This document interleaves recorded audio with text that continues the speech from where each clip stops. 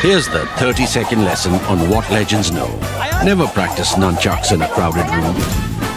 Never eat chole before a road trip.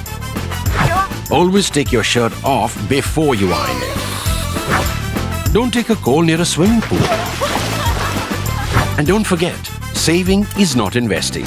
Legends don't just save, they invest in mutual funds. Mutual fund investments are subject to market risks. Read all scheme-related documents carefully.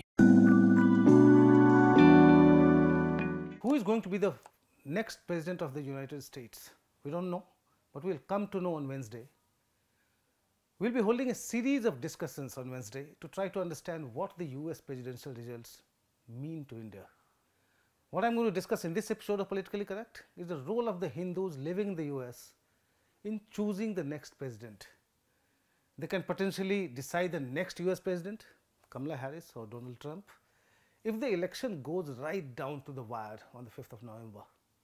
I have come to this conclusion after taking a close look at the past poll trends in 7 bellwether states. Mind you, I am saying the Hindus, not Indian Americans. These two terms are not synonymous or interchangeable. All Indian Americans are not Hindus. What prompted me to focus on the Hindus in the US were the Diwali wishes and messages by the Democratic and Republican presidential nominees. You must have seen Kamala Harris, her ex-post in which she also embedded a video clip in which she is seen celebrating Diwali. It was apparently an old one. So an ex-user asked her, "Wait, are you Indian now?" Harris maintained earlier that her mother, an Indian married to a Jamaican, was very intentional about raising her and her sister as strong black women. Once she was set to be on the ticket, she started identifying her mother as a 5 feet tall brown woman with an accent. On Monday, she tweeted about how her mother, Shyamala Gopalan Harris, came from India to the US at 19. After Kamala Harris's Diwali post, Donald Trump condemned barbaric violence against Hindus and other minorities in Bangladesh, saying that it would have never happened on my watch. He accused Kamala Harris of ignoring the Hindus across the world and in the US. So how come Kamala Harris and Trump suddenly remembered the Hindus? Because their eyes are set on the Indian American voters who might be minuscule in number, only 2.6 million voters, but who could play a decisive role in the event of a tight finish.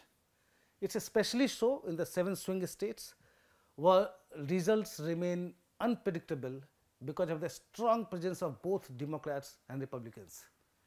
Unlike other states that are traditionally known to be decidedly either blue or red, either with Democrats or with Republicans. Sample 2 of these swing states, Arizona and Pennsylvania. In the 2020 presidential polls, Joe Biden became only the second Democrat in 70 years to win Arizona. His victory margin was 0.3% or 10,457 votes only. The Hindus constitute 1% of the population in Arizona, according to the religious landscape study of the Pew Research Center. So if the victory margin was only 0.3% in 2020 and the 2024 presidential election is as close as it was last time, these 1% Hindus can be potential kingmakers or queenmakers. Let's look at Pennsylvania. Biden won the state in 2020 by a margin of 1.17%. In 2016, Trump had won the state by a margin of 0.72% only. So Pennsylvania usually sees very close contests. Given that the Hindus, according to the Pew Research Center, constitute 1% of the population in Pennsylvania, they may potentially play a decider in the event of a close finish in the state. Let's look at another swing state, Georgia. Biden won Georgia by a margin of 0.23%, a difference of only 11,779 votes.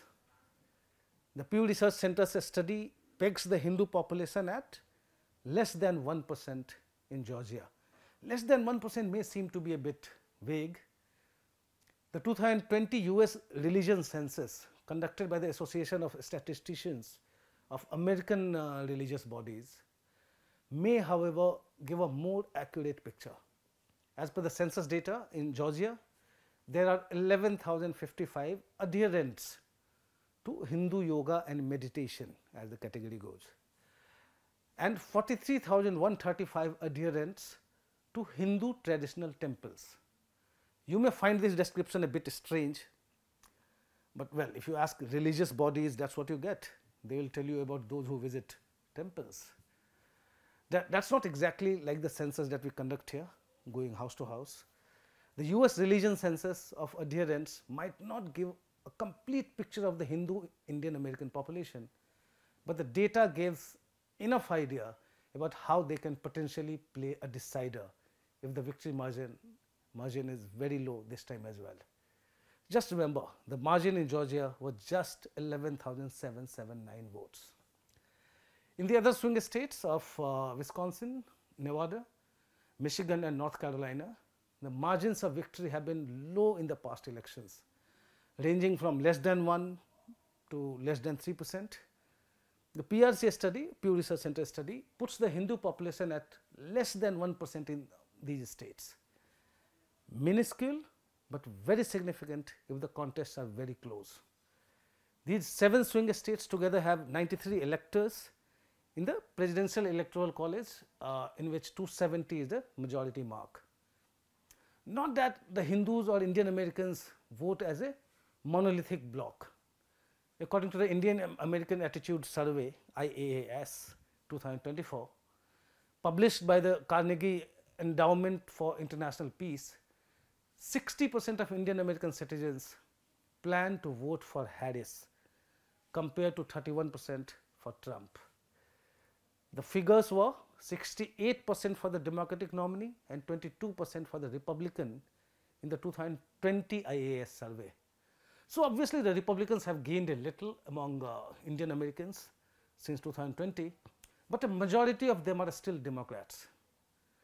About 67% of Indian American women said in the survey that they intended to vote for Harris as opposed to 22% for Trump. The reason is obvious. I was speaking to Milan Vaishnav, senior fellow and director of the South Asia program at the Carnegie Endowment for International Peace. He is one of the authors of the report, IAS report. He told me that the Indian American community is sizable enough today to cover the margin of victory in key battleground states. He said, I quote, "Given that Hindus account for around half of all Indian Americans, they can be a pivotal bloc. Data from the 2024 Indian American Attitude Survey suggests that non-Hindu Indian Americans favor Harris slightly more than Hindu Indian Americans, but the difference is not statistically significant." Unquote. Muslims are the most pro-Harris religious subgroup and Christians the least. Hindus are situated in between with around 58% backing Harris in this election.